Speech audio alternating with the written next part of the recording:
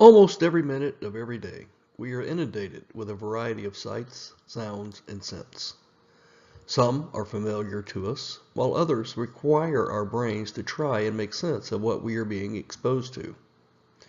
For example, what do you see when you look at this painting by Salvador Dali? Do you see an old couple facing each other, or a man playing a guitar while the woman on his left watches? Most of you, in time, will pick up both images, as this painting is entitled Old Couple or Musician. Our perceptions do approximate reality, and our brains do try to make sense of as much stimuli as we receive. This week, we will examine perception, which is the process through which individuals are exposed to, attend to, and comprehend information they receive.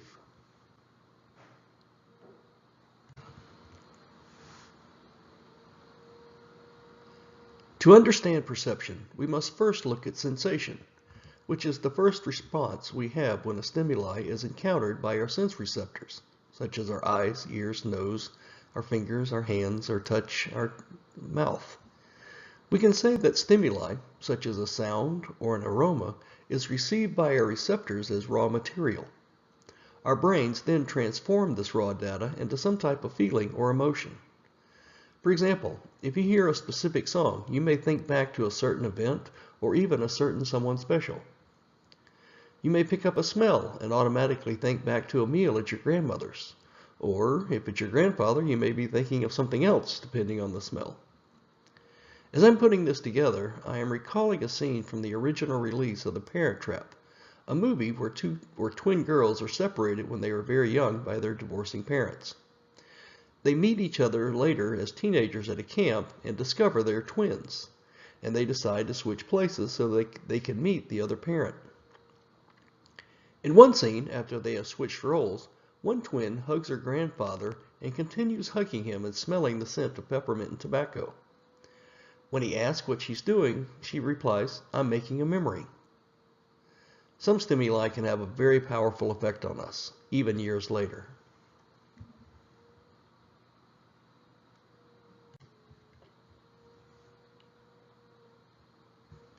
While marketers have understood the effect stimuli can have on consumers for a long time, there has been renewed interest in the overall aspect of sensory marketing. Sensory marketing we can define basically as enticing customers by appealing to one or more of their five senses. One of the things that research has shown us is that our sense of smell is the strongest of any of our five senses, and it is also the one most tied to memory and emotion. According to research on the impact of scents, 75% of all emotions generated each day are due to smell, and we are more than 100 times more likely to remember something we smell over something we see, hear, or touch. Of course, an aroma can trigger our desire for food. Have you ever walked into a mall and the aroma from Cinnabon filled your nostrils? Or smelled popcorn when you walked into a movie theater? Your desires are triggered, and if you're like me, you have a hard time resisting the temptation. There's also been a great deal of research on the effect that scents can have on consumers. For example, a Nike study showed that scent affected desirability of shoes in 84% of subjects, and that these subjects were willing to pay 10 to 20% more for the shoes when they were in a scented environment. Another study has found that shoppers tend to stay longer in locations that have a pleasant scent by an average of 15 minutes. And this likely ties to another study on casinos which revealed that a scented slot machine area led to a 45% increase in revenue, which suggests longer time spent in that area. Scents are not the only aspect of sensory marketing that savvy brands are using. They are also seeking to engage with our sights, sound, and touch that elicit certain feelings and emotions. If I ask you to think of a brand of beer, I could most likely influence your answer if I played you a different sound. If you hear the sound of an ocean, Corona will likely come to mind. But if I play an audio clip of wind blowing through the snow-covered mountains, then Coors is likely to be top of mind for you.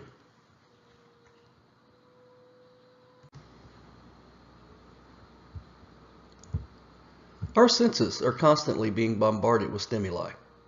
Some are filtered out and ignored, while others slip into our brains and begin the process toward perception. Perception begins with exposure.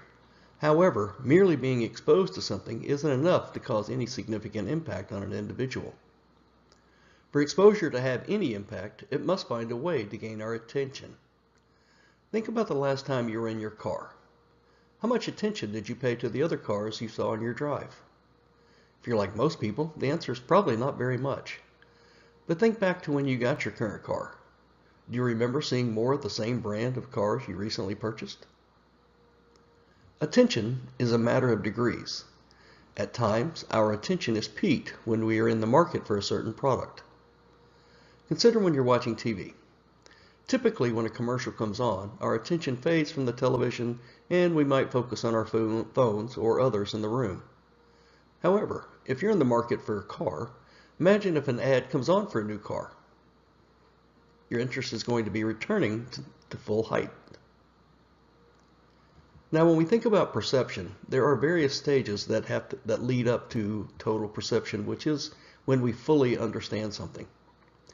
As you can see from this model, stimuli, sight, sound, smell, taste, or touch, enters into our exposure. We're exposed to it in somehow. It grabs our attention, or not. If it doesn't, it's filtered out, and then it goes on to the stage of interpretation. After it's interpreted, we can say perception has set in.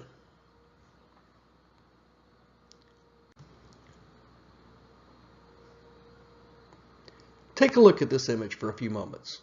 What gets your attention? Is it the bit of food stuck in the man's teeth? Of course, the image of dental floss at the top right gives you some kind of primer.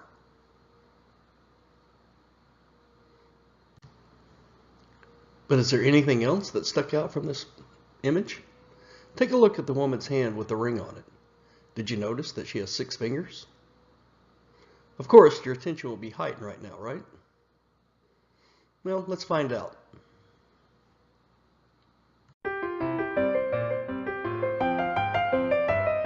Clearly, somebody in this room murdered Lord Smythe, who, at precisely 3:34 this afternoon, was brutally bludgeoned to death with a blunt instrument. I want each of you to tell me your whereabouts at precisely the time that this dastardly deed took place.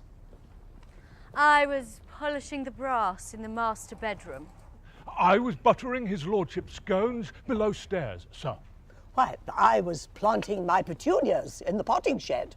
Constable, arrest Lady Smythe.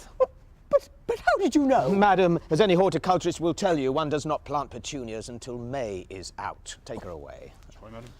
It's just a matter of observation. The real question is, how observant were you?